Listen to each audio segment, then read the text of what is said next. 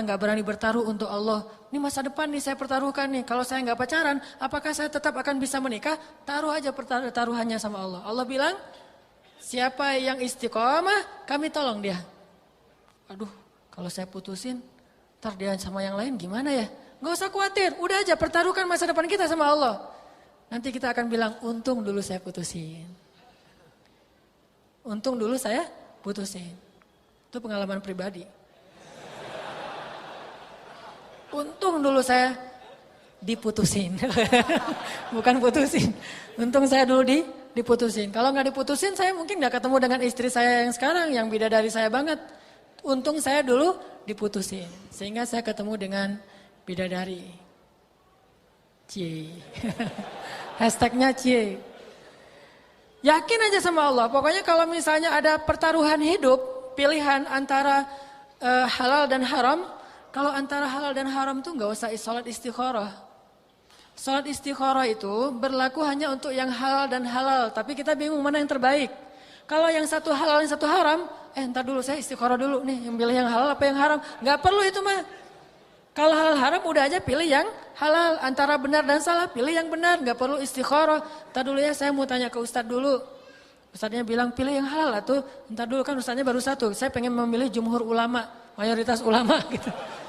Udah gak perlu yang kayak gitu-gitu karena udah jelas halal dan haram. Pilihlah Allah, Allah pasti akan menjamin kehidupan kita. Sama kayak kita misalnya punya iPhone. Rusak nih, pengen diservis. Kalau kita servis di iPhone, itu dikasih garansi ya.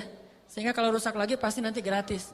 Tapi kalau kita servis di selain iPhone, di tempat-tempat biasa, servis yang biasa, gak ada garansinya kecuali garansi toko doang gitu. Paling 3 hari, itu juga kalau ada. Kira-kira kita akan milih garansi yang mana? Akan milih servis di mana nih? Di iPhone yang resmi supaya ada garansinya. Allah Subhanahu wa taala pemilik alam semesta dan Allah yang menggaransi alam semesta. Makhluk kalau ngasih garansi pasti bohong. Gak mungkin makhluk bisa memberi garansi hidup kita karena dia bukan pemiliknya. Orang hidup dia aja lillah punya Allah Subhanahu wa taala. Makanya belajar tafakur, ingat-ingat wah batu kalau dilempar ke atas pasti jatuh ke bawah saya yakin. Masa Allah saya nggak yakin? Padahal Allah itu lebih pasti daripada batu jatuh ke bawah. Real Madrid kalau lawan satu klub biasa, saya pegang Real Madrid. Masa saya nggak pegang Allah tentang taruhan hidup saya? Karena Allah itu punya track record yang jauh lebih keren daripada Real Madrid. Kenapa kita pegang Real Madrid? Karena dia selama ini kita lihat track recordnya itu selalu menang ya. Dalam banyak pertandingan terutama juara Eropa misalnya. Kenapa kita nggak pegang Allah? Bukankah Allah pencipta alam semesta, pemelihara alam semesta? Allah udah banyak nolong orang-orang yang istiqomah di jalannya. Itu nggak jadi bukti gitu? Afala ta'qilun? Tidakkah kalian berpikir? Tidakkah kalian melihat? Tidakkah kalian mentafakuri? Qul siru fil ard. Berjalanlah di muka bumi dan lihat bagaimana Allah Subhanahu wa taala menunjukkan kebesaran di dalam cerita-cerita umat terdahulu. Itu teman-teman. Makanya kita coba belajar istiqomah. Pertama, dawam dalam amal soleh. Yang kedua, on the track. Jangan keluar dari jalur. Selama jalur itu masih diridhoi Allah, kita terus saja. Gak usah khawatir. Karena track itu pasti akan membawa kita kepada ridho Allah dan kemenangan di sisi Allah Subhanahu wa taala. Masih ingat dengan kisah Ibu Musa? Nanti sekali-kali di rumah coba baca surat Al-Qasas ya. Di surat Al-Qasas itu ada kisah bagaimana Allah menolong Ibu Musa ketika Ibu Musa mengikuti cara Allah. Jadi ceritanya kan Musa itu lahir di Mesir pada tahun ketika nggak boleh melahirkan anak laki-laki dari Bani Israel. Jadi kalau anak laki-laki lahir itu akan dibunuh sama Firaun. Kakaknya Musa, Harun, lahir di tahun yang boleh lahir anak laki-laki. Jadi selang-seling, setahun boleh, setahun gak boleh. Harun lahir di tahun yang boleh lahir anak laki-laki. Jadi dia gak diapa-apain, selamat. Giliran Musa, ujiannya, kalau bahasa kita mungkin nasibnya adalah dia lahir di tahun gak boleh melahirkan anak laki-laki. Itu apesnya Musa. Sehingga akhirnya ibunya karena melahirkan anak laki-laki khawatir terhadap keselamatan anak laki-laki. Langsung dibawa lari. tinggallah di pesisir Sungai Nil, lari dari perkampungan Yahudi. Karena perkampungan Yahudi udah semuanya ketahuan kalau ada yang hamil dan mau melahirkan. Akhirnya dia lari ke pesisir Sungai Nil, tiba-tiba suatu malam dia bermimpi, Allah bilang dalam mimpinya, kasih ilham, hanyutkan putramu ke Sungai Nil. Jangan khawatir, nanti kami akan mengembalikannya kepadamu. Itu janji Allah. Pertama malam mimpi masih ragu gitu, ini benar gak ya ilham? Jangan-jangan ini bisikan setan. Datang ke ulama Yahudi, ulama Bani Israel. Saya mimpi kayak gini, kata ulamanya. Benar itu mimpi ilham dari Allah, hanyutkan putramu ke Sungai Nil. Tapi seorang ibu kan susah. Perasaan ibu kan dalam luar biasa, cintanya paling besar. Sehingga masih mikir. Malam kedua mimpi lagi tuh. Hanyutkan putramu ke Sungai Nil. Malam ketiga mimpi lagi. Setelah makin mantap, akhirnya ibu Musa bikin keranjang gitu. Bikin keranjang, terus Musa ditaruh di dalamnya, ditutup, dihanyutkan ke Sungai Nil tapi diikat pakai tali. Tes dulu gitu. Trial dan error gitu ya. Jadi trial dulu. Dihanyutkan, ditarik lagi, masuk air enggak ya? Oh, ternyata enggak masuk air. Hanyutin lagi, ditarik lagi. Oh, ternyata enggak masuk air. Akhirnya dihanyutkan, udah dilepas talinya. Begitu dihanyutkan, Sungai Nil itu kan panjang banget ya, melintasi dua negara, Mesir dan Sudan, dua negara. Ketika dihanyutkan, Ibu Musa langsung merasa kehilangan, aduh putraku, kekasihku, jantung hatiku udah hilang di bawah arus. Bayangin kita kadang-kadang berpisah dengan anak kita, sehari aja tuh udah kangennya minta ampun. Saya, maaf yang belum punya anak. Saya kalau lagi umroh tuh ya, baru berangkat ke Jakarta mau naik pesawat, itu di jalan di tol itu udah kangen, udah telepon. Kata anak, Babang kenapa telepon? Kangen sama Aisyah, kangen sama Maryam gitu. Terus satu hari di Mekah udah telepon fit call gitu. Terus minta foto yang lagi tidur. Karena foto anak lagi tidur itu polos banget, bikin baper banget kan. Dia lagi tidur dengan wajah polosnya. Wah pengen kangen pulang. Padahal kita tahu 10 hari lagi kita akan ketemu dengan mereka. Tapi kangennya luar biasa. Gimana kalau perpisahannya itu gak tahu kapan akan bertemu lagi. Kan itu berat. Berpisah untuk ketemu lagi aja berat, apalagi berpisah nggak tahu akan ketemu kayak gimana. Kecuali karena iman, dilepaskanlah Musa hanyut di Sungai Nil untuk menghindari Firaun.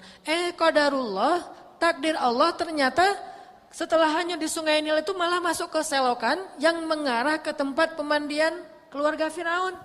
Menghindar dari Firaun, malah Allah datangkan kepada Firaun. Coba skenario Allah, Allah tuh cerdas. Hakimun, maha bijaksana. Dan Allah itu wa makaru wa makarallahu wallahu khairul makirin. Mereka merencanakan rencana jahat, Allah juga punya rencana dan rencana Allah yang paling baik. Terserah mereka orang-orang musuh itu mau rencanain apa. Akhirnya didatangkan Musa hanyut masuk selokan mengarah ke pemandian keluarga Firaun. Tiba-tiba ditemukan oleh dayang-dayang Firaun, ada keranjang yang ngapung-ngapung di air, kemudian diambil, pas dibuka ternyata bayi, lucu banget. Namanya juga bayi Nabi, punya aura yang luar biasa. Bayi model aja keren, apalagi bayi Nabi. Ini bayi akan jadi cover boy, misalnya akan jadi cewek apa. Ini bayi Nabi yang dipilih dari langit, jadi duta Allah Subhanahu Wa Taala. Itu punya aura yang semua orang kalau ngelihat jatuh hati. Langsung dibawa kepada istri Firaun. Ketika istri Firaun melihat, langsung jatuh hati. Dan dengan takdir Allah, istri Firaun belum punya anak. Nanti dia baru punya anak setelah mengangkat Musa sebagai anaknya. Baru nanti punya anak. Mungkin jadi kayak dipancing gitu. Nah, karena istri Firaun gak punya anak, dia pengen banget punya anak laki-laki. Begitu dapat bayi Musa, langsung didekap, dibawa kepada Firaun. Kata istri Firaun, qurratu ainin li walak. Ini anak ini menyejukkan hati saya dan hati kamu. Kata Firaun, laki la liya. Dia menyejukkan hati kamu, hati saya enggak, kata Firaun. Dan Firaun itu by the way bukan orang bodoh ya. Dia itu raja dan dia tahu bahwa ini anak Bani Israel yang sengaja dihanyutkan supaya tidak dibunuh. Dia tahu banget. Makanya akhirnya Firaun mengatakan, akan saya bunuh anak ini. Kata istrinya, jangan kita enggak punya anak. Minimal kamu tahan dulu sampai saya puas dengan anak ini. Sampai dia besar. Kata Firaun, ya sudah kita tunggu aja waktunya. Pokoknya saya akan bunuh dia. Tinggallah Musa di dalam istana Firaun dilindungi oleh Asia. Baru hari pertama tinggal di sana, Musa nangis karena pengen susu.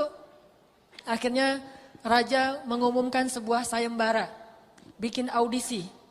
audisi menyusui bayi raja. Dan gak tahu kalau itu bayi yang pungutan. Dikira itu bayi Firaun, anak raja. Siapa yang bisa menyusui bayi raja akan dikasih hadiah yang sangat banyak. Dan dapat kedudukan di sisi raja. Mulailah ibu-ibu yang ada di Mesir pada daftar ikut audisi menyusui. Wah daftar, ada ratusan orang daftar. Pengen nyusui Musa. Bayangin cara Allah memperlakukan hambanya. Yang tadi mungkin nyusuinya aja diam-diam. Sekarang orang mendaftar untuk nyusui dia. Kalau kita istiqomah, Allah akan datangkan banyak orang untuk menolong kita. Kalau kita istiqomah, orang akan ngantri untuk membantu kita.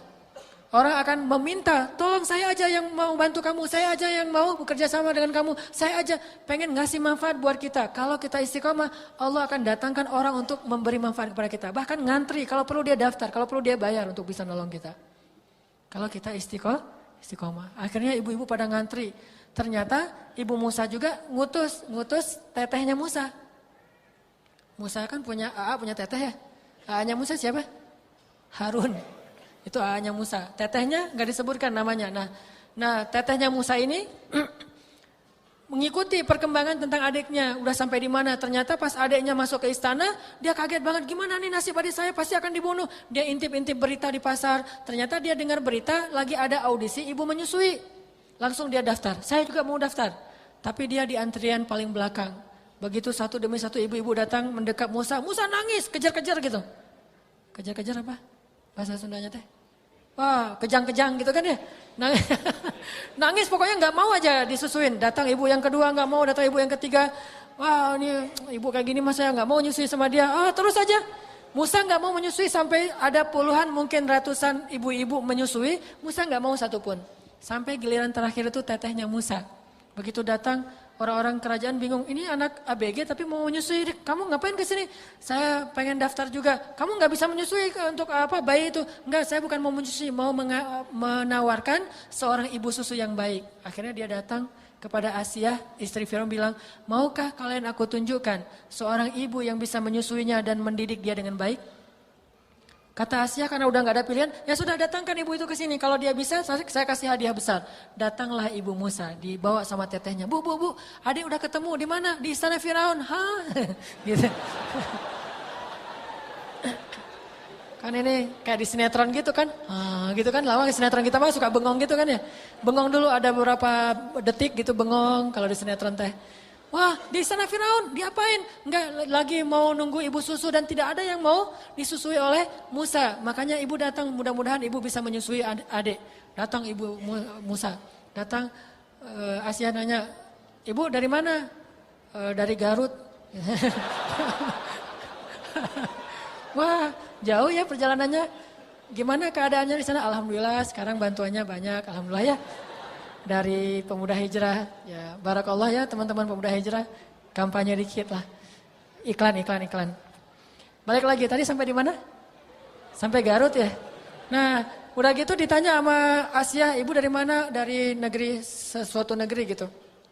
Udah dibawalah Musa, didekap oleh ibu Musa sambil menangis, disusui, mau ternyata, gimana gak mau ibunya sendiri kan? Begitu bisa disusui, Asia langsung jatuh hati kepada ibu Musa. Dan memperlakukan keluarga Musa seperti keluarga istana. Langsung dikasih hadiah emas yang sangat banyak. Kata Asia, wah ibu, bawalah keluargamu semuanya tinggallah di istana. Mudah-mudahan ibu bisa menyusui anak saya dan mendidik anak saya. Dia gak tahu kalau itu ibunya sendiri. Sehingga sejak saat itu, Musa, tetehnya Musa, AA-nya Musa, abahnya Musa, maknya Musa, semuanya tinggal di istana. Coba bayangin. Sekarang saya mau tanya, bayangin kalau ibu Musa gak istiqomah, gak mau ngikutin track yang Allah buat, maka mungkin Musa seumur hidupnya dalam keadaan buronan. Ya kalau gak ketemu, gimana kalau ketemu? Akhirnya dibunuh. Tapi karena ibu Musa itu mengikuti track yang Allah buat, mengikuti cara Allah, walaupun cara itu terlihat di awalnya itu ngeri gitu, gak masuk akal. Tapi gak usah khawatir, itu hanya awalnya. Karena endingnya Allah jamin, nahnu auliyaukum, kami pelindung kalian, gak usah khawatir. Banyak dari kehidupan kita tuh kayak gitu. Di awalnya kalau kita ikut cara Allah, aduh kayaknya susah penghasilannya cuma sedikit. Sedangkan yang syubhat itu penghasilannya besar.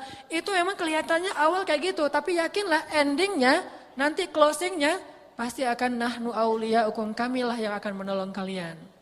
Sehingga istaqim kata Nabi. Innal ladzina qalu rabbunallah summastaqamu. Orang-orang yang mengatakan Rabb kami adalah Allah, kemudian dia istiqomah di jalan Allah. Nahnu awliyaukum fil hayatid dunya wa fil akhirah.